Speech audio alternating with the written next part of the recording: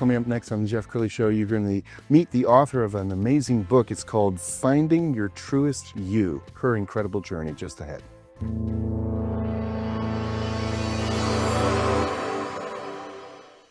Many are predicting that the worst is yet to come, which is unfortunate, said one person here.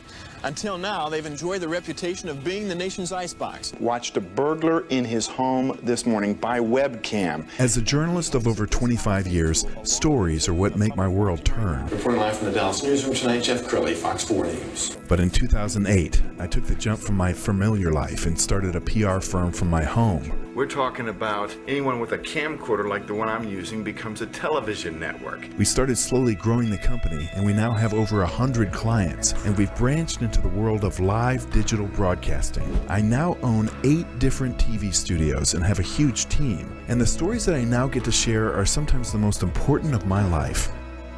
Life has a funny way of coming around full circle. This is the Jeff Crilley Show. Well, I've met a lot of women who get lost in the marriage. They define their role as mom, wife, maybe employee. They're wearing different hats all day long, and they never take time to put their oxygen mask on first.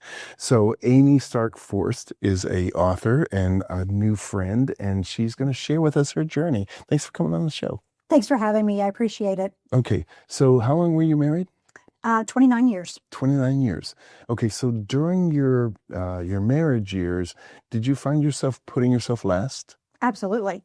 Yeah. And I probably would never do it differently.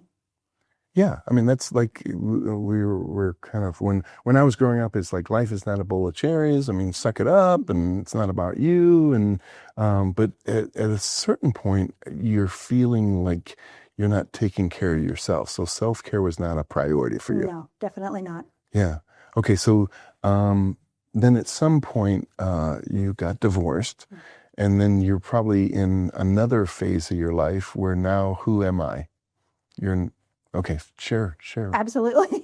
It was actually in the midst of the pandemic, turning 50, getting a divorce, living alone in an apartment for the first time as an adult, by myself, going, I don't even know who I am anymore. Wow. And during that, you have to get up, you have to take care of things. Was it a fog? What were those years like? Some days I didn't want to get up. Some days I wanted to lay in bed. I slipped into a depression. And you add on the pandemic and everything else that was going on at the time. So I just kind of wanted to sleep. I wanted to sleep the day away for a little while. Really?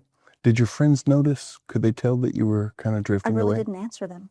Wow. I went dark for a little while. Yeah. All right, we're going to pull up your website, and as we scroll down your website, I want you to talk about, you've written some books. You're really on a mission now. I want you to share with my audience what your mission and ministry is now.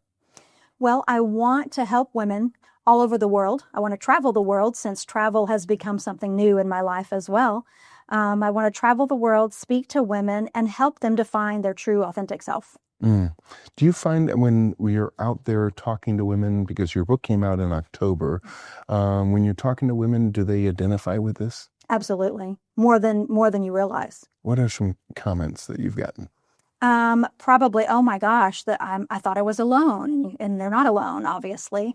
A lot of people identify to the fact that you don't have to go through a breakup. You don't have to go through a divorce. You can be in an empty nester phase where your kids are gone, and now what? What do you do? Yes. You've lost your identity. Let's talk about the stages of grief, because whether you've lost a loved one or you're going through a divorce, there are stages. And so I think there's 7 stages of grief, and I can't recount all of them, but you probably had to go through each one of them. I did. And I think sometimes it's harder because the person is not actually gone. It's actually a death, and you're grieving, but they're still there. And so it's a little bit different. So you went through anger? I did. I guess. I kicked a punching bag till I got bruises on my feet. I threw a few things. I broke a lot of dishes. I set some fire on my patio of my apartment. I did lots of things. Well, I'm glad you didn't make the news. Yes. We're going to pull up her book cover and put it on the screen so people can see this. One, I love that picture of you. And when I was preparing the show this morning, I was like, that's joy. And you chose that picture for a reason. I did. That was part of a photo shoot that I did after my divorce. It was part of a Rising Phoenix photo shoot that I did. And she actually took all of the pictures that are on my website, the gray dress, the maroon dress. And it was just a moment of just being free, just being me. I love it. Okay, what's one of the most important takeaways from the book? Listen to your gut instincts. If things are, and I learned this in the dating world too, which was even scarier than probably my marriage. Listen to your gut instincts. If you're feeling like something is not right, whether it's the person on your shoulder, whether it's God talking to you, whether it's, I'm feeling queasy, listen to your gut instincts, because that's probably where you're going to find the answer. That's so powerful. All right, I do want to, now that you open that door, what is the dating world like? It was a shit show. All right, that's okay. We can drop the S-bomb on the show. It's okay.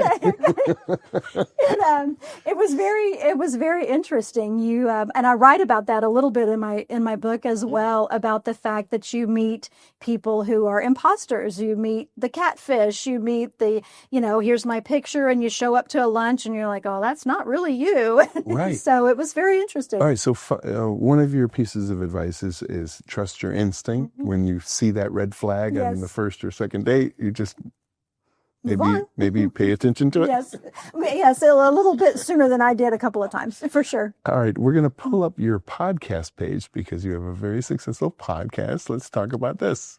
I actually don't have my own. I've been a guest for about 30 different times. Oh, no on kidding. So in the archives that's as a well lot as of the shows. current.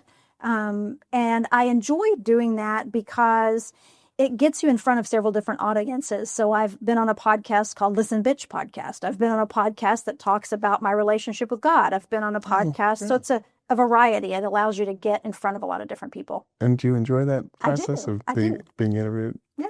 All right. So we have a few minutes left. What are some final thoughts? I mean, what are some things that you want people to know, especially the female viewer right now? Probably one of the biggest things, and this is something that I dealt with when I was alone in my apartment, was realizing that I had a lot of trauma as a child that wasn't healed. I took it into my marriage, and that's probably the biggest takeaway that I could tell people is healing is probably I can't even put it into words. It's just, it's crucial. It's crucial to heal before you get married. It's crucial to heal once you're done, and not just healing from your marriage, but healing from old wounds. Well, you said something before the show about taking yourself out on a date. Tell us about that, because I think it's a great idea. I write about that because you don't have to ask permission. You can do it yourself. And I often tell people, even the young mom that has kids, give the child over to the spouse and say, I'm going on a date. I'll be back in a few moments, whether it's a bubble bath, whether it's, for me, I went to a fancy restaurant. I love Truluck's. So I went in there, sat at the bar, had a glass of wine, had a steak. If I want to talk to someone there, I can. Or if I just want to keep to myself, I can. But it's just spending that time with yourself. Take a deep breath, eating something that's not in a hurry. You're not having to whip it up before a game or a match or whatever for your kids, but taking care of yourself. I think that's so powerful. Anything else you want to add? No, not at the moment. Well, you've been an amazing guest. We're going to end with her website so you can get in touch with her for all your speaking needs and buy her book, my-resilient-journey.com. Yes. Thanks so much for coming on the show. Thank you for having me. That's it for now. We'll see you next time.